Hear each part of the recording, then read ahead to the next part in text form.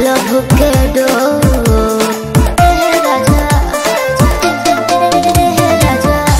भूख नहीं बुझे झूठ भात।